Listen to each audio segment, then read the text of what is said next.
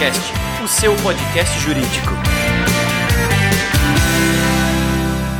Bom dia, boa tarde, boa noite. Você que está ouvindo o Juriscast aí, episódio número 10, né? Nosso décimo capítulo aqui dos Desbravadores do Conhecimento Jurídico.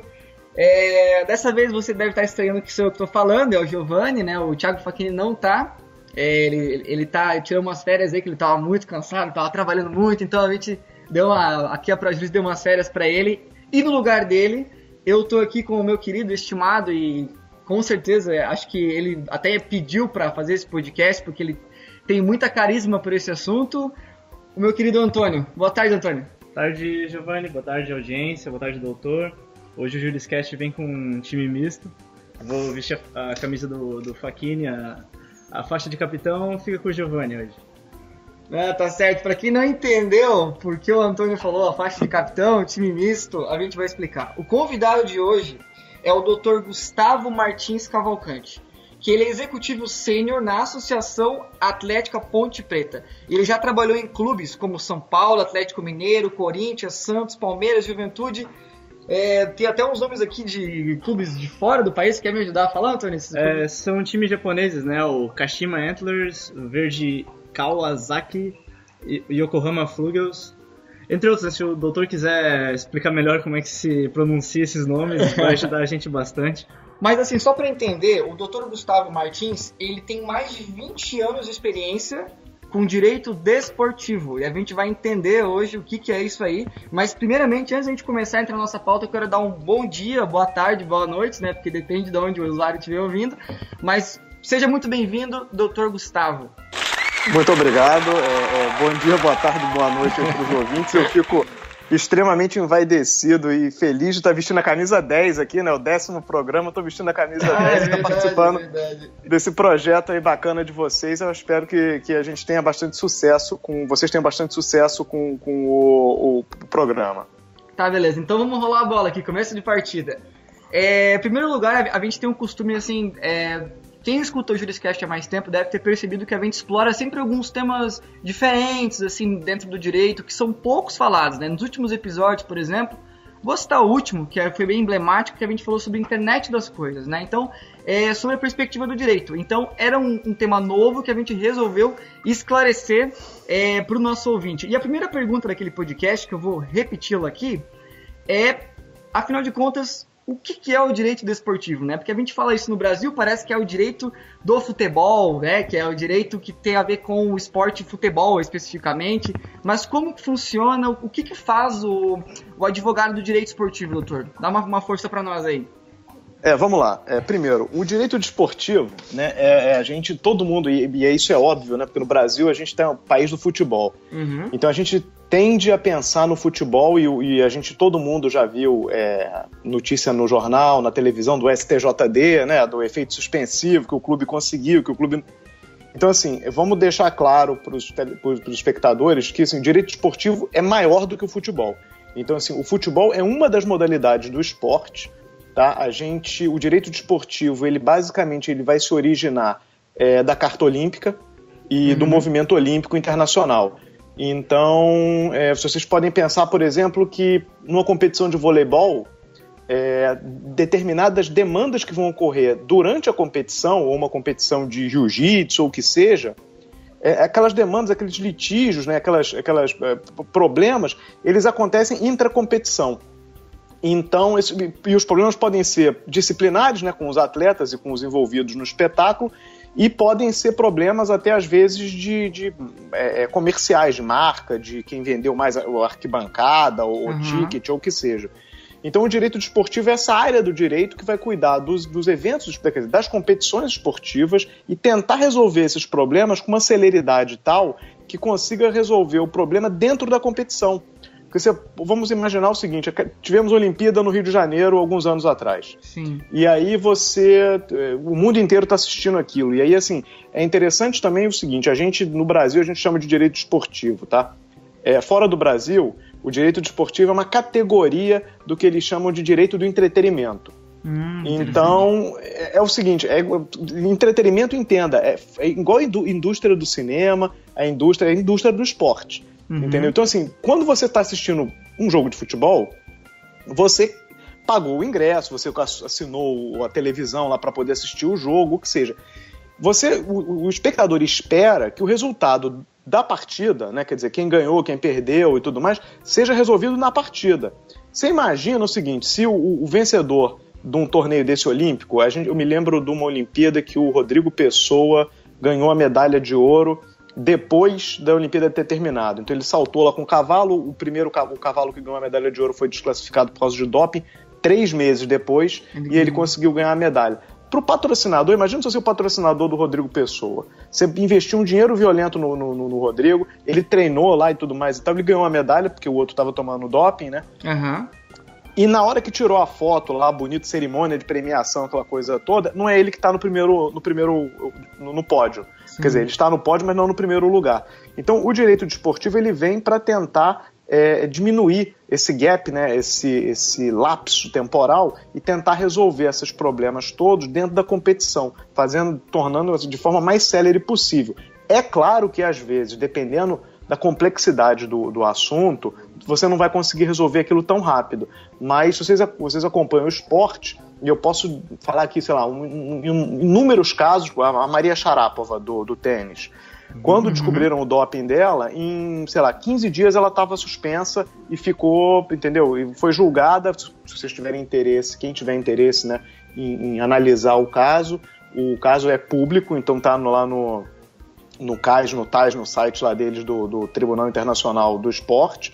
Você baixa lá o caso e lê. E você vai ver o lapso, como aquilo foi julgado de forma extremamente célere e o problema foi resolvido. Então, assim, o direito desportivo, ele serve para isso. Eu costumo dizer, até para os alunos, quando eu estou ministrando aula, que o direito desportivo, ele tem muito mais a ver com o direito administrativo do que com o nosso, né, o que a gente conhece como direito, às vezes penal ou direito civil. Ele tem muito mais a ver com o direito administrativo, porque assim, não tem vamos dizer assim, quem tem legitimidade para legislar e para julgar o direito esportivo são os órgãos internacionais.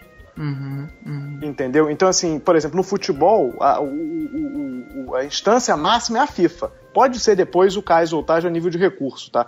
Mas, assim, a instância máxima no futebol de apelação, você tem que passar pela FIFA. Então, assim, a FIFA, ela não quer saber da lei brasileira, da lei norte-americana, da lei. Ela tem o sistema de regras dela, porque senão a convivência dentro do planeta Terra ficava impossível, né? Você imagina, ela tem que vai transferir o atleta do Brasil para a China. Então você tem que respeitar a legislação brasileira. Quer dizer, respeitar, óbvio que você vai respeitar, mas a legislação brasileira, a legislação chinesa, aí o sujeito ainda fez uma parada na Europa para jogar lá, sei lá, meia temporada ou o que seja. Quer dizer, são questões extremamente complicadas e complexas. Você tem aí direito trabalhista brasileiro, direito trabalhista europeu, vamos dizer assim, direito trabalhista chinês, se é que tem isso na China. Então é um troço complicadíssimo, e assim, o direito esportivo está aí para resolver, elucidar essas questões, né?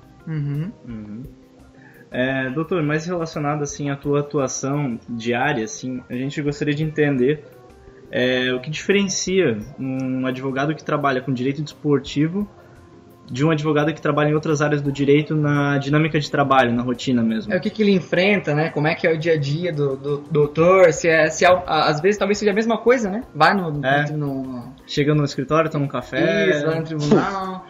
Como é que é, doutor? Cara, assim, eu não vou mentir pra vocês. O direito esportivo, a gente trabalha há 20 anos com esporte profissional, tá? E é muito mais divertido do que as outras áreas do direito. Não tem como enganar vocês. Porque, assim, apesar de você ter problemas que são recorrentes, entendeu? Então, assim, a gente tem problema disciplinar com atleta em todas as modalidades que vocês puderem imaginar. Eu já tive caso do que vocês puderem imaginar. Entendeu? Então, um dia eu estou no escritório, alguém marcou uma reunião, eu sempre falo, né, bateu na porta lá um sujeito, e o sujeito estava um problema e né, tá pagando consulta, tá querendo opinião profissional, vamos escutar o que ele tem a dizer. Sim. Cara, aeromodelismo. Aí eu fiquei pensando assim, foi na minha cabeça, né, cara? Eu falei, bicho, porra, o cara velho, entendeu? Brincando de aviãozinho de controle remoto, aí tinha sido expulso do clube lá de aeromodelismo. Aí eu fui conversar com ele, eu não sabia, né? Você não sabe tudo, né? Então eu tenho a humildade de aprender. O pessoal do aeromodelismo acabou de pausar o podcast, doutor. Cara, não tem nada contra. Acho que você quer praticar o esporte que você pratica, não tem problema nenhum. Aí eu fui entender, aí ele foi me contar que na época, cara, o aviãozinho custava coisa de $10 mil. E ele tinha sei lá quantos, e ele tinha sido expulso do clube de aeromodelismo porque ele entrou pra posar de um jeito que não podia. Então assim, ainda fui estudar a regra de aeromodelismo, de competição, pra poder entender o que ele podia e o que ele não podia fazer. É interessante, entendeu? Porque assim, aparecem essas pessoas e você, assim, óbvio, lidar com Fórmula 1 é uma delícia. Entendeu? Pô, Fórmula 1, não sei o que, a gente, né, eu sou de uma geração que acompanha o Nelson Piquet, o Ayrton Senna, então quando a oportunidade de poder trabalhar com eles foi uma coisa sensacional. Agora, acontece isso também, o sujeito do aeromodelismo, o cara da competição de ciclismo, entendeu? O Ironman lá do triatlon, que o cara correu lá, sei lá, ficou competindo durante sei lá quantas horas e foi desclassificado, ou o outro pegou uma qualificação melhor e o sujeito, como é que diz? Utilizou alguma técnica, algum estratagema para poder andar mais rápido. Então, assim, todos esses problemas você tem que enfrentar, entendeu? E eu digo para as pessoas, isso são problemas só disciplinares, porque tem os problemas também comerciais, quer dizer, vender ingresso, patrocínio, entendeu? De repente conseguir um patrocinador, só que o outro patrocinador que ele estava procurando da camisa ou do evento demorou para responder e a oferta era melhor, mas ele já assinou o contrato, entendeu? Ele já assinou um pré-contrato. Então, assim, tem muitas demandas, tem muitas coisas que acontecem que a gente nem imagina. Eu falo para as pessoas normalmente que, assim, se vocês imaginassem o trabalho que é para você hospedar um jogo de futebol, entendeu? Quanta gente tem envolvida naquilo, quanto papel que você manda de um lado para o outro, você tem que pedir autorização para a polícia, entendeu? Para você poder jogar, e você tem que pagar taxa para a polícia estar lá para você poder jogar, e para autorização para o corpo de bombeiro, tem 300 mil órgãos fiscalizando o time ou a competição. Então, assim, é uma como é que diz? É uma atividade extremamente complexa. E às vezes as pessoas não entendem por que custa caro, por que o atleta ganha tanto, ou entendeu? Porque assim, é um espetáculo, é o que eu falo do entretenimento, é igual, vamos lá, grosso modo, é igual fazer um filme, entendeu? Você tem, só que o futebol, no caso, o esporte, não é só o futebol não, tá? Quando eu falo assim do futebol, porque a gente no Brasil está acostumado com o futebol, mas o esporte como um todo, ele é uma atividade que ele é muito... vamos dizer assim, imediatista, não é imediatista, mas no sentido de perecível. Então, assim, o jogo que aconteceu ontem só interessou para a audiência ontem, entendeu? Você não quer ver o VT do jogo. Então, se a televisão ficar passando VT de jogo antigo, cara, a não ser que você seja o maior fã do time, você não quer ficar assistindo o jogo antigo. No máximo, se for uma final, né, um jogo importante, beleza, né, mas o jogo normal, assim... Bicho, e se seu time perdeu, você não quer assistir aquilo de novo, entendeu? Então, assim, é um tipo de evento que você quer assistir o evento ao vivo.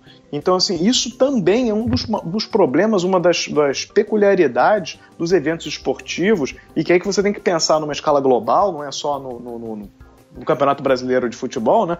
Mas numa escala global, do que interessa para a televisão, o que interessa para o patrocinador. E aí a gente acaba entrando, quer dizer, saindo um pouco da esfera só jurídica e entrando na esfera do marketing esportivo, que também é uma paixão minha, de como é que você faz para levantar, para gerar receita para os clubes, entendeu? Ou para os atletas, entendeu? Capitalizar essa exposição de uma forma inteligente, né?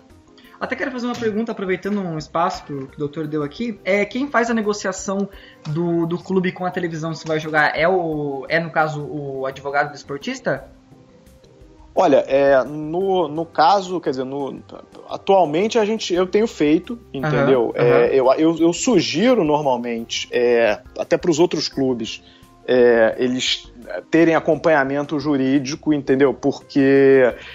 normalmente o presidente do clube vai, né? E às vezes o presidente, dependendo do clube, o presidente deveria ou não deveria fazer a negociação, entendeu? Porque eu acho que assim, essa negociação do contrato de televisionamento, eu já participei de diversas, tá, cara? Então, assim, um dos problemas do futebol, principalmente no Brasil, e salvo o melhor juízo, é falta de profissionalismo. Então, e falta de profissionalismo mesmo, porque assim, enquanto e aí voltamos para o direito desportivo, enquanto a natureza jurídica do clube de futebol não mudar, ou seja, o clube de futebol parar de ser visto pela nossa legislação como uma associação sem fim lucrativo e começar a ser visto como uma empresa, entendeu? Que a diretoria do clube tem responsabilidade, sim, sobre o patrimônio do clube, sobre a alavancagem, entendeu? Sobre a alavancagem, entenda, dívida sob patrimônio, entendeu? Então, assim, enquanto a nossa legislação não trabalhar dessa maneira, continua do jeito que é. E aí eu tive, outro dia, publicaram num jornal esportivo de grande circulação uma matéria de um jornalista comparando o São Paulo Futebol Clube com o Real Madrid. Eu não aguentei, entendeu? Eu trabalhei pro São Paulo, então eu conheço bem como é que a estrutura funciona. Eu falei, bicho, você não tem, assim, você desculpa o jornalista com, pelo menos ele tá lá escrito, né, que ele tem pós-graduação, mestrado no direito de como é que diz? Marketing esportivo na universidade estrangeira e tudo mais. Eu falei, bicho, assim, você desculpa, mas assim, você não tem ideia do que você está dizendo. Se você andar para fora do país, e eu sei porque a gente tem contrato com a Adidas e com outros fornecedores de material esportivo, camisa de time brasileiro não vende nada no exterior. Mas não é assim, não é que não venda, eu vi, cara, não, a venda é zero, eles não produzem uma camisa dos clubes mais famosos, tá, dos 2 mais famosos, não vende uma camisa no exterior. Então, assim, é um absurdo. Aí você anda, o Real Madrid, o Barcelona, qualquer lugar que você vai do planeta Terra tem gente vestindo camisa ou boné. Entendeu? E assim, e os nossos clubes, grosso modo, são tão tradicionais quanto. Entendeu? Não tem tanto dinheiro, mas também não tá porque não tem dinheiro. Não tem dinheiro porque não sabe fazer negócio. Entendeu? Porque, assim, mas tem uma história bonita, né? Tem clubes no Brasil mesmo. Tradição, cara. Assim, tem anos de coisa, conquistaram títulos, entendeu? Eu acho que a gente no Brasil não vê, e aí te digo, né, com conhecimento de causa profundo, assim, por exemplo, a Sul-Americana e a Sul-Americana principalmente, a premiação da Sul-Americana não é boa. Tá? Por isso que os times brasileiros não investem na Sul-Americana. Então, assim, quando ele compara com a premiação do brasileiro e com risco de rebaixamento no brasileiro, alguma coisa assim de performance, ele prefere investir dinheiro no brasileiro porque a televisão né? E assim, quando a gente falar de receita de time de futebol, é televisão, tá, cara? Esquece, a gente... não sei se vocês se lembram, existiu um sujeito, né, saudoso, Eduardo Viana, o famoso caixa d'água, que foi presidente da Federação de Futebol do Rio de Janeiro durante muitos anos. Eu gostava dele, eu tinha um relacionamento muito bom com ele. Então, assim, em que pese de discordar de algumas políticas, eu acho que essa afirmativa dele era muito certa. O seguinte, futebol é um esporte de luxo. Você ir ao estádio não é popular. Entendeu? Mas assim, isso não é, e ele não está dizendo isso, não é, como é que diz, de forma elitista, não. É porque é caro, cara. É caro você abrir um estádio, é caro você abrir, que eu digo, operacionalizar para ter o jogo, entendeu? É caro você ter torcida lá, porque quando acontece alguma coisa, você pode olhar, fazer estudo comparativo dos borderôs, a CBF publica todos, tá? Às vezes o lucro do jogo de futebol foi, sei lá, 20 mil reais. 30 mil reais. Se acontece algum acidente dentro do acidente com a torcida, tá? Não é com o atleta, não. A responsabilidade civil é do clube. Então o clube tem que pagar. Às vezes o torcedor jogou como é que diz? Um copo dentro de campo, alguma coisa assim. A multa, amigo, às vezes é mais de 100 mil reais. Entendeu? E o sujeito ganhou, lucrou com aquela operação, quando lucra, 20 mil, 3 mil, entendeu? Então, assim, a média de público, mesmo, mas o estádio estava cheio, tinha 20 mil pessoas. E aí vendendo o ingresso a, sei lá, 5 reais, 10, entendeu? Não paga. Então, assim, o futebol, e se você for olhar fora do Brasil, vai na Espanha, tenta comprar um jogo do Barcelona, vai ver quantos euros custa. Com menos de 80 euros você nem conversa. Entendeu? Mas tem uma realidade econômica diferente. A realidade econômica é diferente, eu não tenho, mas assim, 80 unidades monetárias na Espanha, se você for traduzir para a realidade brasileira, vai ser alguma coisa em torno de 80 unidades monetárias no Brasil, entendeu? Então, assim, não estou dizendo que o ingresso tem que custar 80 reais, mas eu acho que o ingresso a 10 reais não é inteligente, entendeu? Entendi. E não é daí que o clube gera receita, porque assim, o mais engraçado disso é porque a pessoa quando mas o clube, a torcida, eu falo para o Internacional, por exemplo, no Brasil é um clube com uma torcida gigantesca e com uma torcida muito engajada. Então eles têm programa de sócio-torcedor para o torcedor que mora em Porto Alegre, para o torcedor que não mora em Porto Alegre. Uhum. E assim, todo mundo contribui. Então quando eu vejo, porque tem alguns argumentos falaciosos, em minha opinião. Então assim, o Flamengo tem a maior torcida do Brasil, o Corinthians tem a maior torcida do Brasil. O que adianta você ter a maior torcida se a torcida não é engajada? Uhum. Entendeu? Se a torcida não compra pay-per-view, se a torcida não compra camisa, se a torcida não... E é o problema que o jornalista estava discutindo do São Paulo. Mas a torcida do São Paulo tem a maior renda per capita. E daí? Entendeu? Se a torcida não é engajada, não adianta nada, cara. Entendeu? É uma falácia. Mas eu tenho a maior torcida. E daí? Entendeu? O torcedor não está pagando mensalidade do clube, o torcedor não está ajudando em nada, ele só enche o seu saco. Só corneta. É só corneta, não é isso? Porque se ele não tá te ajudando, ele só tá te atrapalhando. Ele não tá fazendo nada disso. Então, vamos voltar pro tema. O direito desportivo nisso, ele tem essa função de tentar entender ou pensar fora da caixa, né? Think outside the box, como dizem os americanos. Uhum. Pensar fora da caixa de você tem a oportunidade de trabalhar com esses problemas e de dialogar com todos esses assuntos, entendeu? Sim. Até tu ia fazer uma pergunta, né, referente a diferença, né, que agora o doutor tá na ponte, né? Então, eu ia perguntar pro doutor se...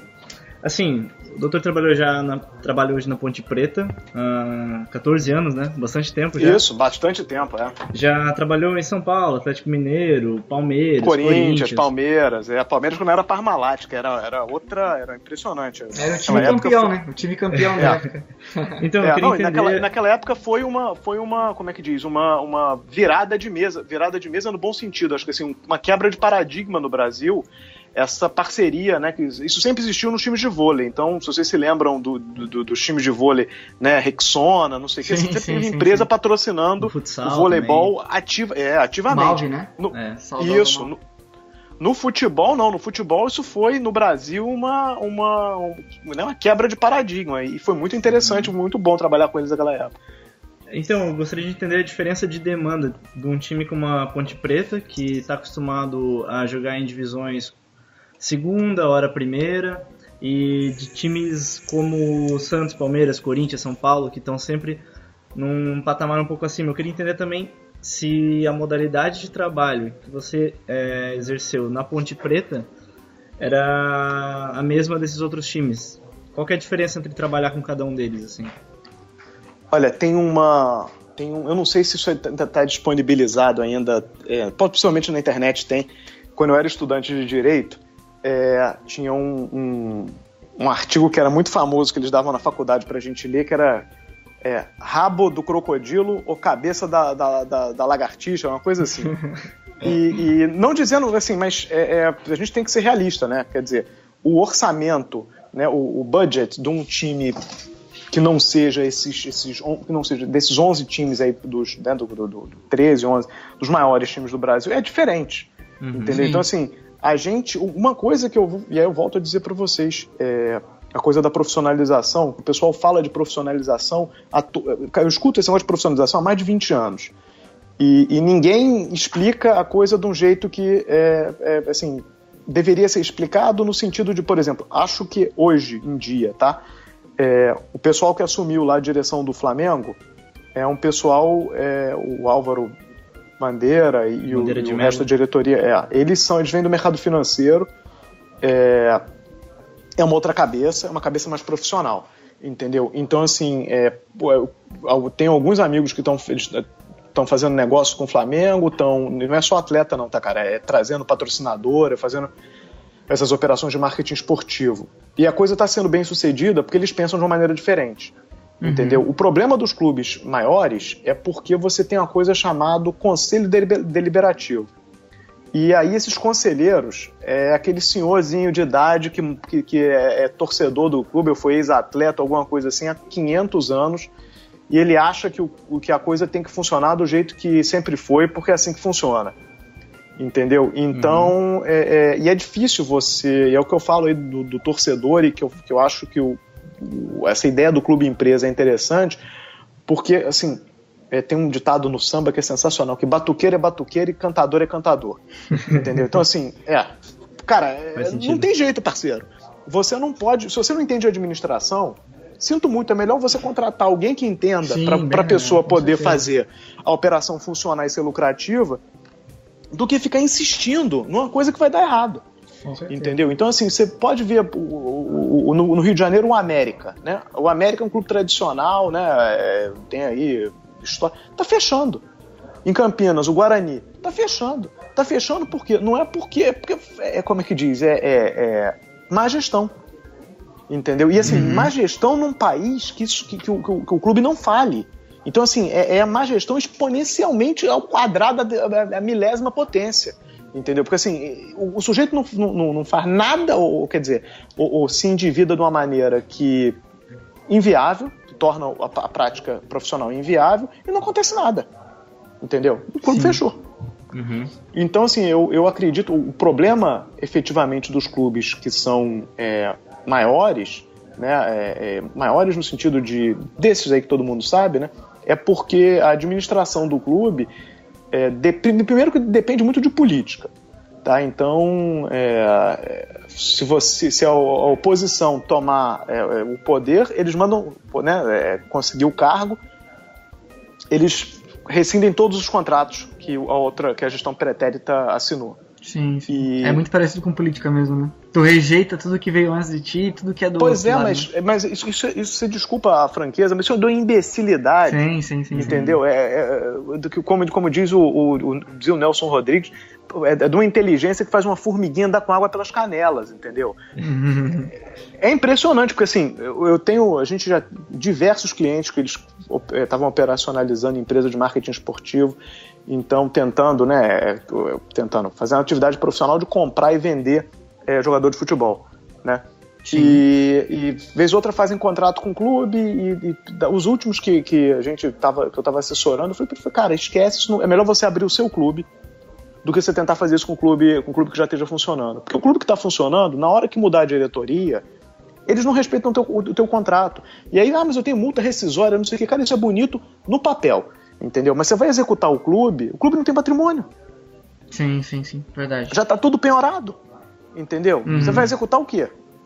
A cota do televisionamento? Não vai, porque esses clubes, normalmente, a cota já tá, como é que diz, comprometida daqui a 5, 10 anos. Eles já anteciparam todos os recebíveis que eles podiam antecipar. É um problema desgracento, entendeu? Então, assim, a gente tentar criar solução também para operacionalizar esse tipo de problema, entendeu? Porque, assim, você pode antever o tipo de problema que vai acontecer, entendeu? Pro clube, é óbvio, se você está trabalhando no lado do clube, assina aí, vamos fazer um contrato, assina e que beleza, entendeu? Daqui a 2, 3 anos mudou a diretoria, vai mudar todo mundo, eu não vou estar aqui mesmo, então o problema não é meu, entendeu? Mas não é uma visão profissional, quer dizer, de um negócio que você quer que o negócio funcione na perpetuidade, quer dizer, para sempre, né? É uma visão extremamente míope e limitada, né? Tá. Deixa eu perguntar uma coisa agora que o doutor tá falando, eu tô percebendo, tô até um pouco surpreso nessa conversa, o quanto o doutor tem o domínio da questão administrativa do clube. E eu queria, não só da Ponte Preta, né, mas a experiência que o doutor teve nos outros clubes. Então, uma dúvida que surgiu aqui durante a conversa foi que se o advogado desportivo, se o atuante no direito desportivo, se ele atua junto com a administração do clube, ou o doutor mesmo que é um diferenciado aí, que chega junto e tenta entender um pouco mais a coisa de uma maneira mais global? Cara, é o seguinte, eu aprendi, né, na faculdade eles ensinam pra você que é melhor prevenir do que remediar, né? E eu aprendi que se você tentar resolver o problema antes que o problema apareça, faz mais sentido, entendeu? Porque assim, na hora que o problema, eu brincava às vezes com alguns clientes que eu falava, bicho, você só me liga pra apagar incêndio, entendeu? Até o sujeito na época no Palmeiras, ele falava, doutor, mas se não tivesse problema não precisa de advogado, né? Eu falo, tudo bem, mas assim, tem problemas e tem problemas, né? Então, tem coisa que você tem que tentar resolver antes, pô, eu já tive, pra vocês terem ideia, isso com futebol profissional, tá? Eu tô em casa, sábado de noite ou sexta-feira à noite, não sei o que e tal, de repente me liga o presidente do clube. Por que tá me ligando essa hora da noite? Meia-noite. O que ele quer essa hora da noite? Eu acho que... Bem, atendi, conversei com ele, falei, cara, o que aconteceu? Ele falou, não, vamos cancelar, vamos tentar anular o jogo, vai ser no domingo, isso no sábado de noite. Eu falei, como é que é? Ele falou, não vamos tentar, porque teve um problema aqui no aeroporto, a pista, um avião, aconteceu algum problema lá, que o avião arrebentou a pista toda do aeroporto, não tá decolando o avião nenhum. Eu falei, pô, mas vocês tiveram 24 horas para poder vir para o Rio de Janeiro. Uhum. Por que você foi pegar o último voo? Entendeu? E aí ele pegou um ônibus no final das contas? O que aconteceu? Eu acho que pegou um ônibus, no final das contas pegou um ônibus, mas assim, você imagina. Entendeu? E assim, aí é problema isso daí, não, mas os atletas não querem, porque eles querem ficar com a família. Cara, o atleta é profissional, e aí é onde eu bato na tecla do direito desportivo, que assim, vocês vão ver diversos advogados que trabalham com direito desportivo, normalmente a especialidade deles é direito trabalhista. Uhum. O jogador de futebol, salvo o melhor juízo, sinto muito nossa legislação de trabalho, não é empregado comum, entendeu? Assim, você não pode ver um jogador de futebol como... Porque assim, eles têm 500 mil mordomias e a forma de trabalho, o modus operandi, né, que eles trabalham, é completamente diferente do empregado comum. Então assim, na hora que você quer tratar o atleta profissional como um empregado comum, não funciona, cara. Porque assim, eu tenho uma amiga que tem uma empresa de logística gigantesca, eu falo pra ela, o problema do teu empregado é o seguinte, se ele não tá rendendo, você pode mandar ele embora amanhã. O meu empregado, na hora que ele não tá rendendo, eu não posso mandar ele embora, porque ele tem inscrito no campeonato, e eu tenho prazo de inscrição. Então se eu mando ele embora, até posso mandar, mas meu time tá desfalcado. E aí, como é que eu faço? E dependendo de quem for mandado embora, talvez o time seja desfalcado de uma maneira muito agressiva, né? Até qualitativamente, né? Não, pois, e assim, e eles fazem assim, aí o que ninguém diz, né? Atleta faz greve dentro de campo, então às vezes quando você vê o artilheiro perdendo gol, ou o goleiro levando frango, o que seja, às vezes é intencional, entendeu? Não é, e aí é onde eu entro com a coisa da paixão. Ah, mas você, eu gosto de esporte, é claro, eu sou apaixonado por esse sports business, entendeu? Então assim, eu adoro esse negócio, eu acho que isso é sensacional, mas eu acho que a gente tem que ter na cabeça o seguinte, você é profissional, entendeu? Sim. Então assim, o time quando tá jogando, ou o atleta que ele tá jogando lá, ele é profissional, então assim, ele tem que render, ele não é mais a paixão dele, aquilo ali é profissão. Uhum. Então, por exemplo, nos casos que a gente tem normalmente o atleta com doping. Não estou fazendo apologia a entorpecente nem nada disso, mas vamos supor, se você quiser amanhã, acordou de manhã, está estressado, foi para a praia, comprou 30 quilos de maconha, resolveu fumar 30 quilos de maconha. Como é que você comprou? O problema não é meu. Mas você é punido pelaquilo, se a polícia não te prender, não. Você não tem que fazer exame antidoping, né? Um atleta profissional resolveu beber quantidades, normalmente com entorpecente, né? Com diurético, essas coisas que são doping. O atleta profissional, ele é profissional, bicho. Então, assim, ele ganha pra praticar o esporte. Sim. Na hora que ele toma... Vocês não têm ideia. Tinha um caso do atleta que ele disse pra mim que ele tava no motel com a namorada e alguém tava fumando maconha embaixo do quarto dele. Então aquela nuvem entrou pela janela e ele ficou inebriado com aquele cheiro e aí ele caiu no exame antidoping. Aí você fala, pô, você tá achando que eu sou idiota, né? Aí vamos lá no Ladetec. Vai no Ladetec, até eu gosto de fazer propaganda do Ladetec, porque assim, no Brasil eu não conheço outro laboratório, tá, com tanto desenvolvimento tecnológico como é o Ladetec da UFRJ no Rio de Janeiro. Tá, e assim, o pessoal gosta de bater no Ladetec, porque isso, porque aquilo, mas assim, eu acho que a gente tem que bater palma pro Dr. Francisco Hadler de Aquino, que é o diretor do Ladetec. O Dr. Francisco Hadler, ele é o pesquisador número 1 do CNPq, entendeu? Então assim, ele é o melhor cientista do Brasil. Né, tá? O CNPq, ele tá ranqueado número 1 do CNPq, com publicação internacional, ultra respeitado, é uma pessoa extremamente amigável, humilde, entendeu? E dirige um laboratório que é um centro internacional de excelência para pesquisa de antidoping.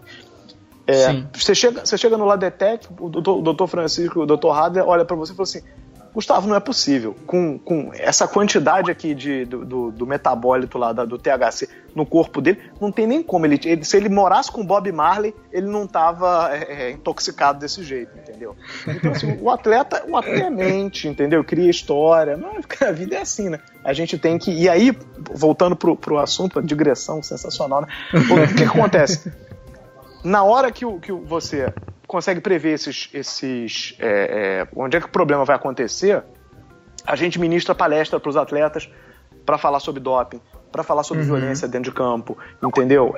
Eu falo para eles, por exemplo, que não adianta você já viu alguma vez o árbitro mudar o apito? Quer dizer, apitou uma falta, você foi lá reclamar, ele desapitou a falta?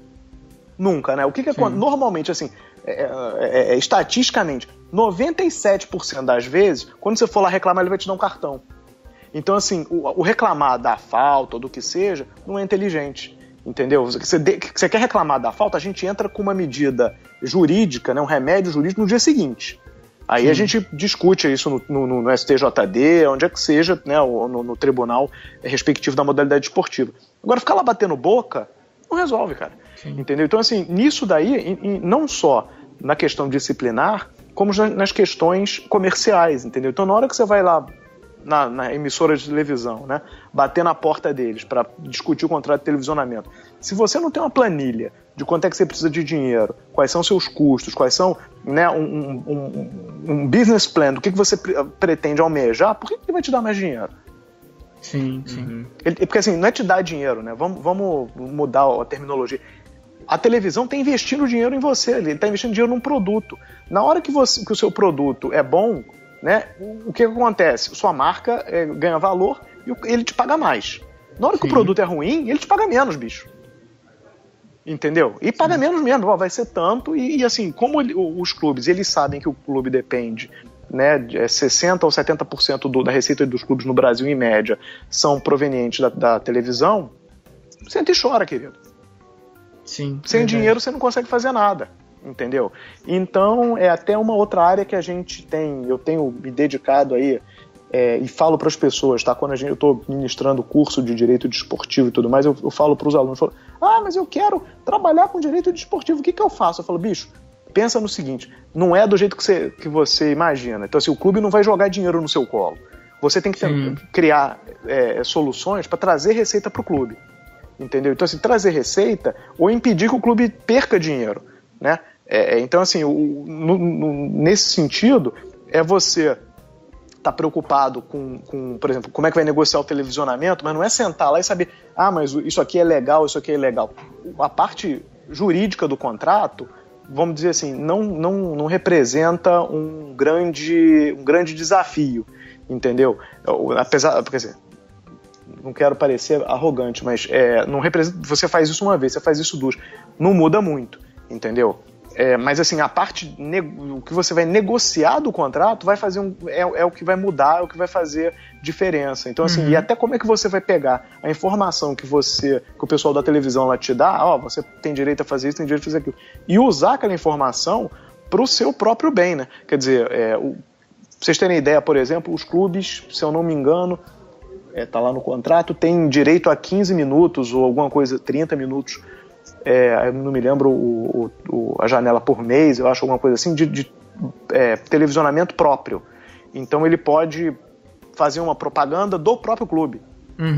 Quantos clubes no Brasil fazem isso?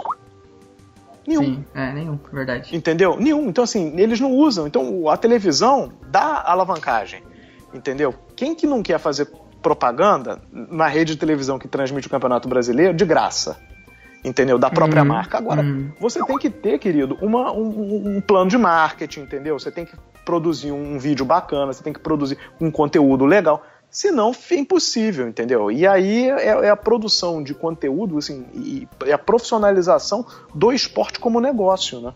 Eu até queria fazer uma pergunta que o doutor falou, que achei interessante quando o doutor falou que não tem como, o clube não vai jogar a demanda no colo do advogado, né? Digamos assim, de quem trabalha com direito desportivo. Então eu queria fazer um exercício da gente voltar a mais de 20 anos atrás aí e pensar como que o doutor começou, né? Porque, como a gente estava falando antes da gente entrar no ar aqui, a faculdade não tem um estímulo exatamente para essa especificidade do direito, né?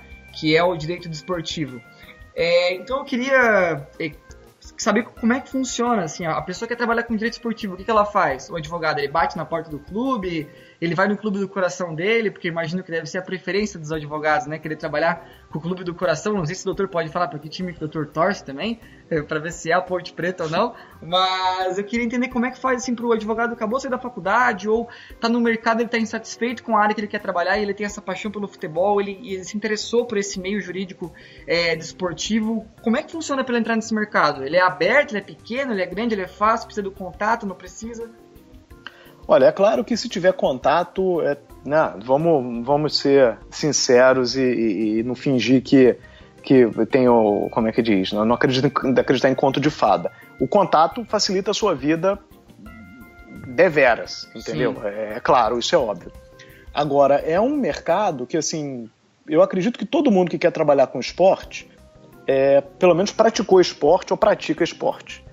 Então, e quando você pratica esporte, sempre tem, né, aquela competição de jiu-jitsu, tem a competição de ciclismo, tem a corrida de rua que você correu lá com seus amigos, tem a pelada do final de semana que vocês organizaram um torneio, não sei o que e tal, e às vezes o time era melhor, o time do colégio, do intercolegial, o que seja, foi ficando mais sério. O voleibol, tem diversos amigos que foram para os Estados Unidos com bolsa, tá, para jogar vôlei, ou no clube de tênis, o que seja. Então participou de campeonato.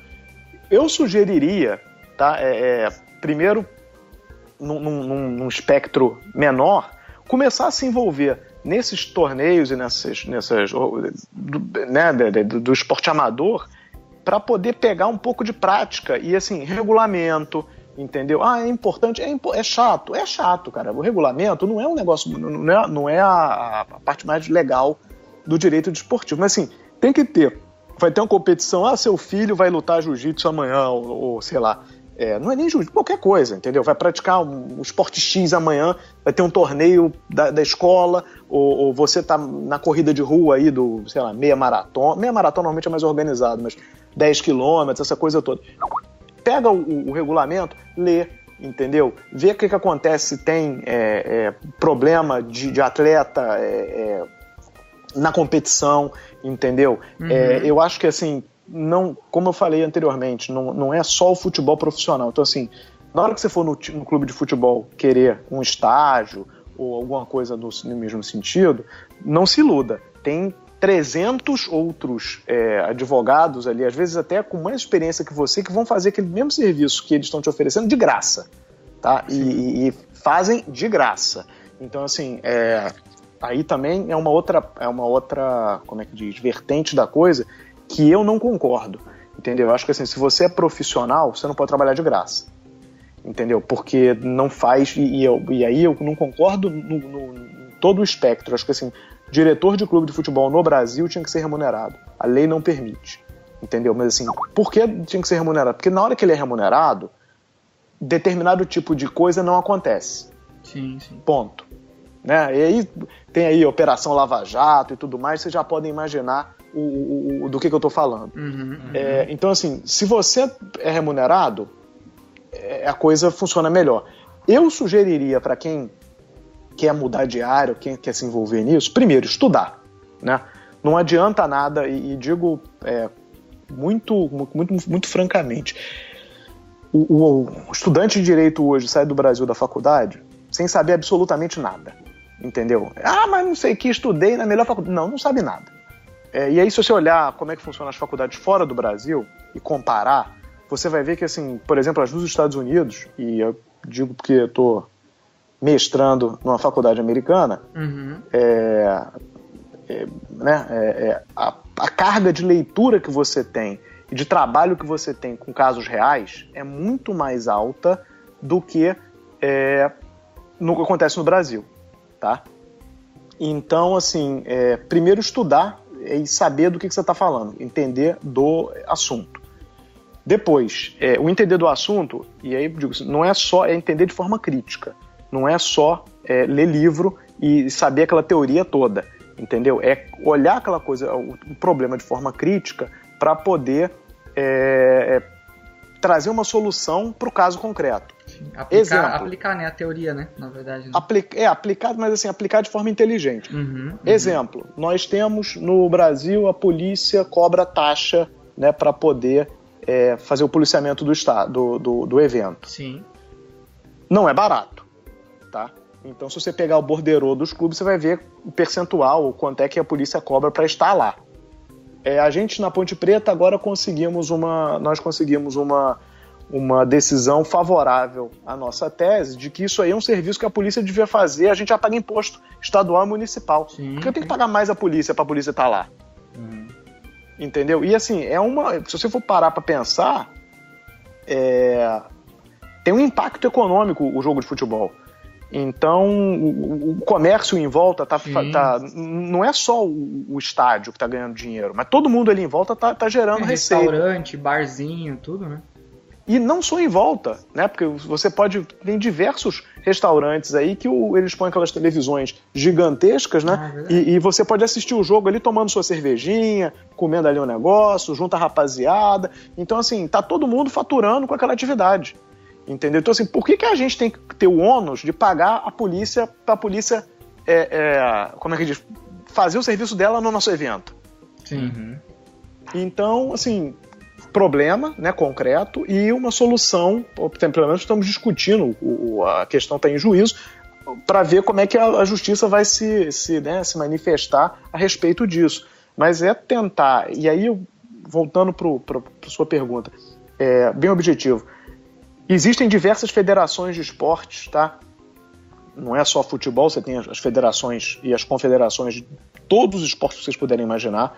Normalmente, esses esportes que são amadores, eles são bem carentes, entendeu? Então, o sujeito que está interessado em trabalhar com direito esportivo, ele pode bater na porta de uma federação dessa e tentar se inteirar.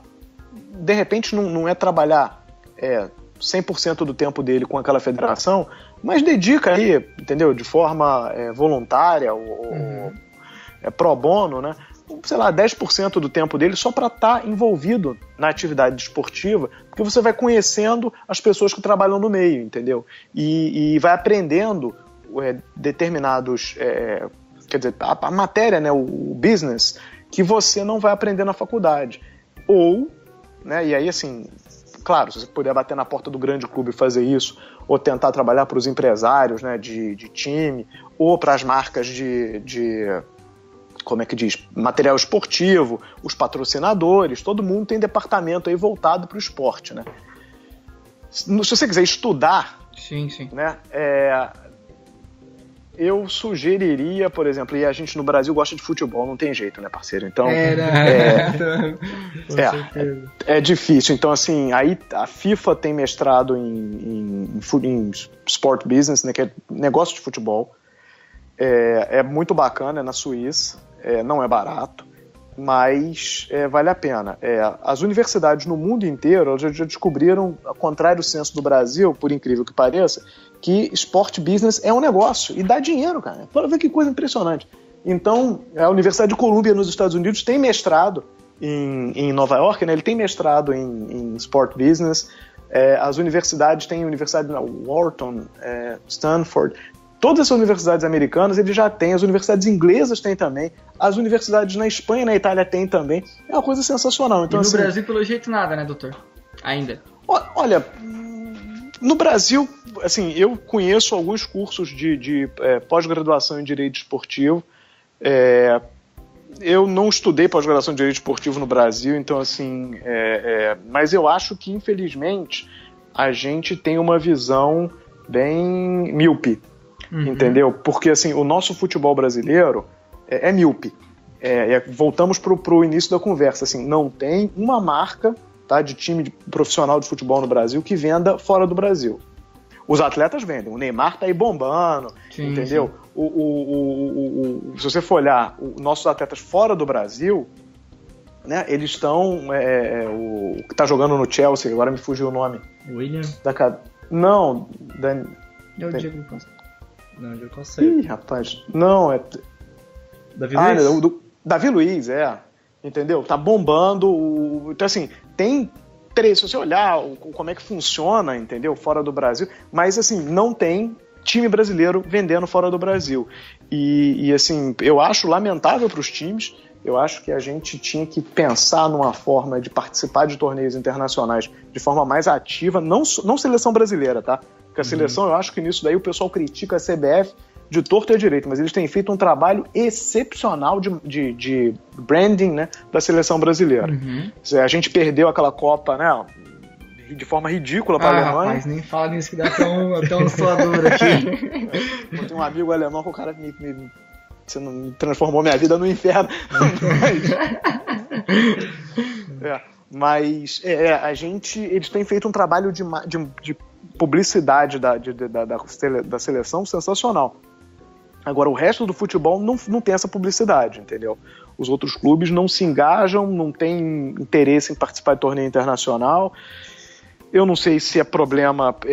Não sei não. Tem muito problema de receita, entendeu? De confederação sul-americana, a premiação não é legal, tem um jogo que, entendeu? E assim, aí pra que você vai deixar de honrar seu compromisso, não é deixar de honrar, mas não render tão bem no Campeonato Brasileiro, que no final do torneio a premiação é muito boa da televisão, pra jogar um outro torneio que vai te exigir, entendeu? Um desgaste físico dos atletas muito grande pra você só ter o título.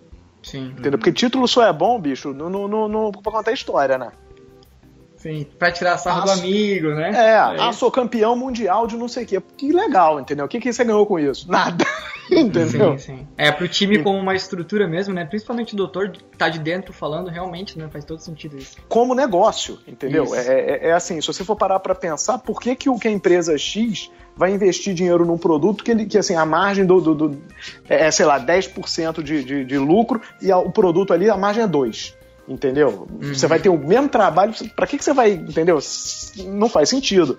Então, assim, mas aí também, volto a dizer, falta de profissionalismo. Por quê? Porque os times têm que sentar com esses órgãos internacionais, né, e negociar. Porque, assim, o produto interessa para todo mundo. Se não interessasse, né, essas Copa Libertadores, como é que diz?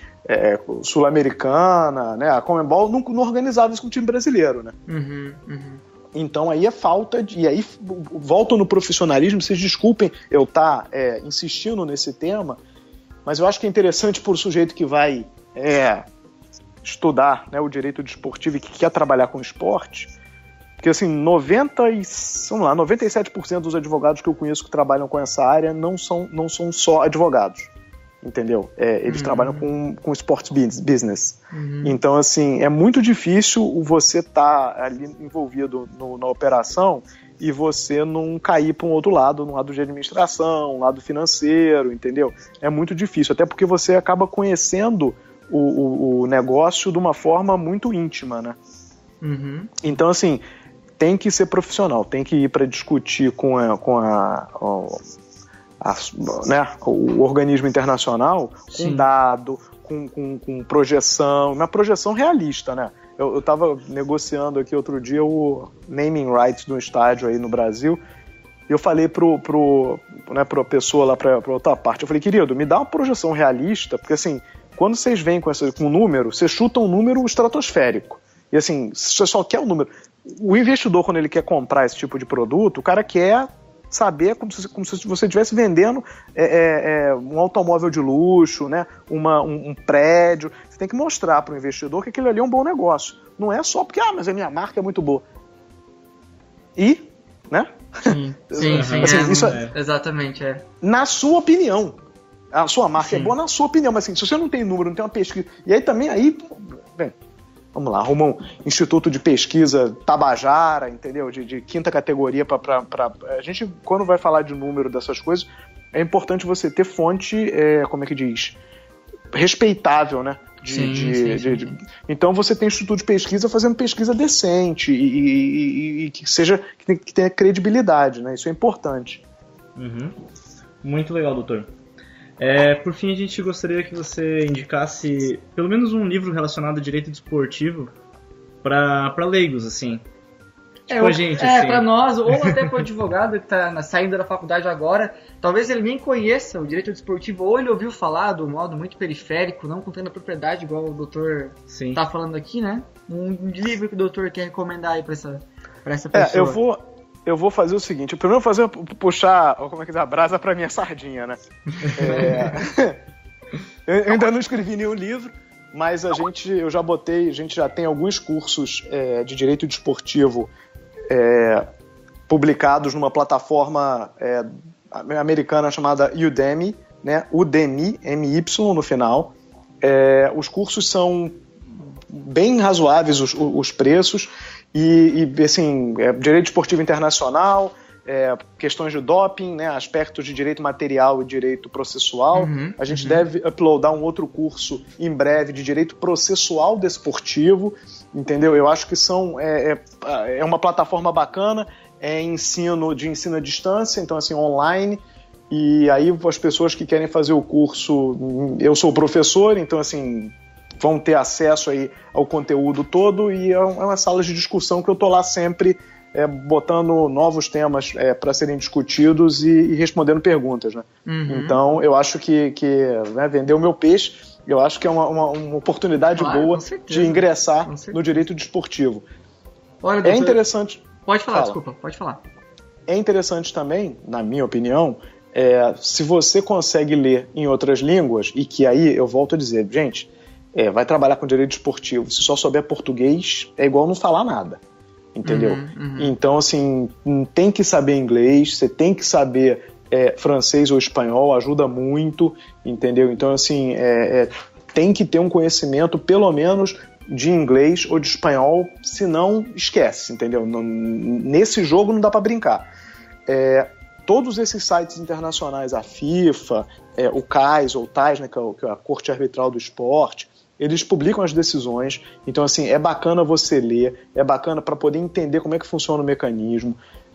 Existe um Instituto Brasileiro de Direito Esportivo, que eles publicam uma revista bem interessante, com temas atuais, eu acho que assim, vale a pena ler, comprar, ou pegar emprestado, ou o que seja, porque assim, doutrina em si, a nossa lei muda muito rápido, tá? Então, e assim, o direito desportivo, ele bebe, né, ele em diversas áreas do direito. Então, eu não conheço, tá? Vocês desculpem a ignorância, mas assim, livro de doutrina de direito esportivo que seja, não vou dizer assim que seja relevante, porque eu não quero parecer arrogante, nem sabe, como é que você diz? Descreditar os livros que os colegas aí escreveram. Parabéns, sim. Escreveram livros. Então, assim, eu acho que para quem não sabe nada, no bom sentido, tá, pessoal? O conteúdo que você conseguir pegar e você quer aprender, aquilo ali é bom para poder abrir a sua cabeça. Claro. Mas se você quer efetivamente entender as discussões ou os assuntos que estão sendo discutidos contemporaneamente, essas revistas e essas decisões são mais interessantes, na minha opinião, tá? São mais interessantes. Muito legal, doutor. Até se o doutor não indicasse alguma coisa que o doutor escreveu, até ia ficar chateado, ia pedir pro doutor indicar, porque o doutor entende muito, é muito especialista no assunto. Antes do nosso bate-papo aqui para os nossos ouvintes, a gente sempre faz aqui um esquenta antes do bate-papo, e o doutor falou para nós que ele já deu aula, e acho que tá bem claro para o ouvinte por quê, né? Como que ele já deu aula, porque é muito, muito didático, aprendi um monte de coisa nova aqui. Então, assim, só para finalizar agora, eu gostaria de relembrar aos nossos ouvintes que o Juriscast ele pode ser ouvido no SoundCloud, no iTunes e agora no YouTube também. Porque tem escritórios, tem empresas, né, que alguns profissionais do departamento jurídico ouvem a gente, eles reclamavam, porque aqui na empresa o SoundCloud e o iTunes não abrem, não sei o que. Então, agora fiquem tranquilos que tem no YouTube também, a gente também tá lá, e você também pode ver nossos episódios por lá. Então, assim, gostaria de agradecer o Antônio aqui, obrigado pela tua presença, bem-vindo à mesa novamente. Obrigado, eu que agradeço, né, a oportunidade. Queria agradecer também ao doutor pelo tempo, pela disponibilidade, por esse banho de bola que ele deu na gente aqui. Foi muito bom. Não, eu até queria, agora, doutor, eu queria agradecer em primeiro lugar, obviamente, né? Agradecer as perguntas, a atenção, o carinho com que o doutor respondeu as perguntas, mas também pedir pro doutor, se alguém quiser entrar em contato com você, se alguém quiser, esses links da Udemy que o doutor passou, pode ficar tranquilo que todos estarão linkados na descrição do podcast, né? Como a gente costuma fazer. Mas se alguém quiser entrar em contato diretamente com o doutor, quiser falar... Como é que encontra o doutor? Qual é o número? Qual que é o site, o e-mail? Como é que funciona? Olha, primeiro agradecer a atenção de vocês. Acho que foi sensacional. A gente é um assunto que, óbvio, né, me interessa e se eu puder compartilhar, é sempre bom.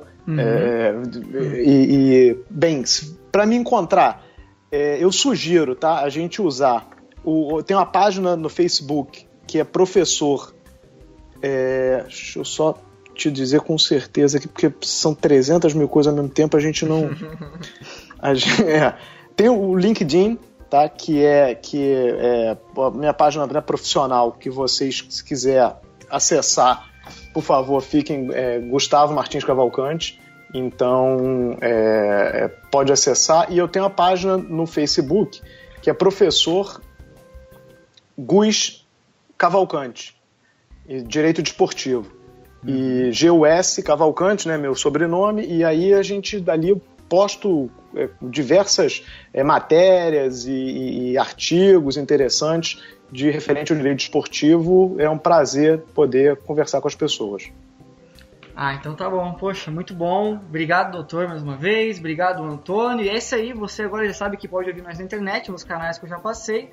E muito feliz de estar aí no 10º episódio. A gente que tá com quase... Passamos os 4.000 já, dos 4.000 ouvintes do nosso podcast.